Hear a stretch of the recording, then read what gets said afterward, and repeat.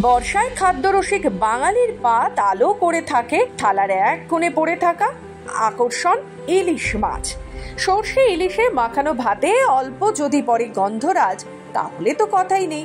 আর এই ইলিশই এবার পাওয়া যাচ্ছে খাদ্যরসিকদের একেবারে মনের মতো, অর্থাৎ বড় সাইজের। কেন জানেন? কারণ বিগত 2 মাস নিষিদ্ধ ছিল ইলিশ মাছ ধরা।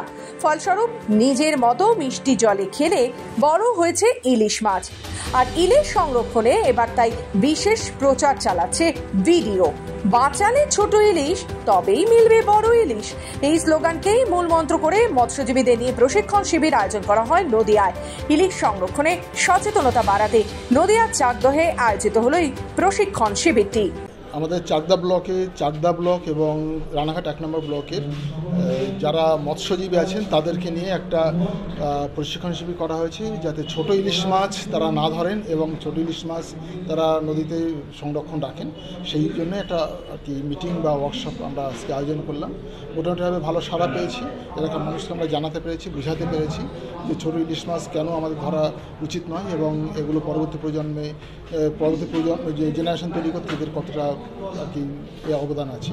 পশ্চিমবঙ্গ সরকারের মৎস্য দপ্তরের নির্দেশে ভাগীরথী নদী থেকে ছোট ইলিশ না ধরার বার্তা দিতে চাকদহ এবং রানাঘাট 1 নম্বর ব্লকের মৎস্যজীবীদের নিয়ে এই শিবির অনুষ্ঠিত হয়। চাকদহ বিডিওর উদ্যোগে বিডিও অফিসে অনুষ্ঠিত হওয়া এই শিবিরে উপস্থিত ছিলেন চাকদহ থানার ভারপ্রাপ্ত আইসি, পঞ্চায়েত সমিতির সভাপতি ও মৎস্য দপ্তরের আধিকারিকেরা। বিডিও জানায় 90 মিলিমিটারের নিচে ফাঁসযুক্ত মনোফিলামেন্ট জাল ব্যবহার করে ইলিশ ধরা একেবারে নিষিদ্ধ। অন্যান্য মাছের ক্ষেত্রে 40 মিলিমিটারের নিচে ফাঁসযুক্ত জাল ব্যবহার করাও নিষিদ্ধ। দেখুন, আমরা ওনাকে বলেছি যে যদি এরকম কোনো অভিযোগ থাকে, আমাদের মাননীয় এফইও সাহেব আছেন, বিডিও সাহেব আছেন, আমরা আছি, যদি এরকম কোনো অভিযোগ থাকে যে এরকম কাজ হচ্ছে, বিষ দিয়ে মাছ ধরা হচ্ছে, আমরা অবশ্যই আইনানুগ ব্যবস্থা নেব। আমরা যে সমস্ত মৎস্যজীবীরা আছে তাদেরকে আজকে ডেকে সচেতন করলাম যে ছোট ইলিশ মাছ ধরা যাবে না। পাশাপাশি কিছু অসাধু মৎস্য ব্যবসায়ী আছেন, তারা প্রতিনিয়ত রাতের অন্ধকারে কীটনাশক প্রয়োগ করে তারা মাছ ধরেন। সেইটাকে বন্ধ করতে হবে এবং তারা মশারির জাল ইউজ করে তারা মাছ ধরেন। সেক্ষেত্রে আমরা যে দেখছি যে মাছের যে উৎপাদন সেটা অনেক কমে যাচ্ছে। পাশাপাশি আমাদের এখানে যারা যে সমস্ত মৎস্যজীবী পরিবার আছেন তাদের অর্থনৈতিক সংকটে তারা পড়ছেন।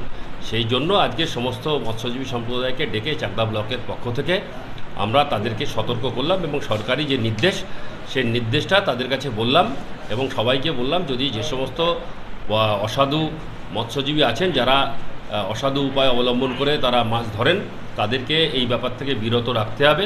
পাশাপাশি আজকে পুলিশ প্রশাসনের পক্ষ থেকে আজকে আইসি সাহেব ছিলেন, তিনিও সব রকম সহযোগিতা করবেন বলেছেন এবং আমরা ব্লক প্রশাসনের পক্ষ থেকে মৎস্যজীবীদের তাদেরকে বলেছি যাতে ছোট ইলিশ মাছ কেউ না ধরে এবং কেউ যেন কীটনাশক প্রয়োগ করে মাছ না ধরে এবং মশারি যাতে তারা ইউজ না করে তাদেরকে আজকে সচেতন করা। প্রতি বছর ফেব্রুয়ারি থেকে এপ্রিল পর্যন্ত চলে নদীর মোহনা বা সমুদ্র সঙ্গমের চট জাল, মশারি জাল ও ছোট জাল ব্যবহারের নিষেধাজ্ঞা জারি। ইলিশের প্রজনন ও সংরক্ষণের স্বার্থে 15 সেপ্টেম্বর থেকে 24 অক্টোবর পর্যন্ত সম্পূর্ণ মাছ ধরা বন্ধ থাকবে। মাছের প্রাকৃতিক ভান্ডার টিকিয়ে রাখতে ও পরবর্তী প্রজন্মের জন্য ইলিশ সংরক্ষণে সক্রিয় হতে মৎস্যজীবীদের উৎসাহ দেওয়া হচ্ছে প্রশাসনের পক্ষ থেকে।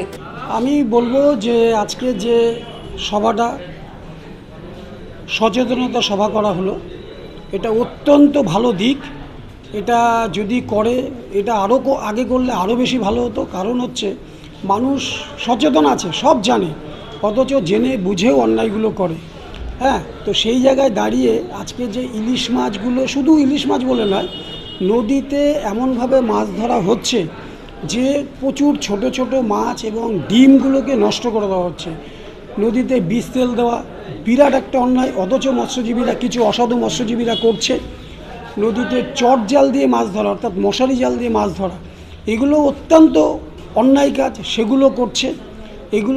এইগুলোর জন্যই যে প্রচার আজকে করেছে, আমার মনে হয় এটা অনেকটা ইতিবাচক শিক্ষা বলতে হবে আমাদের মধ্যে আসলো।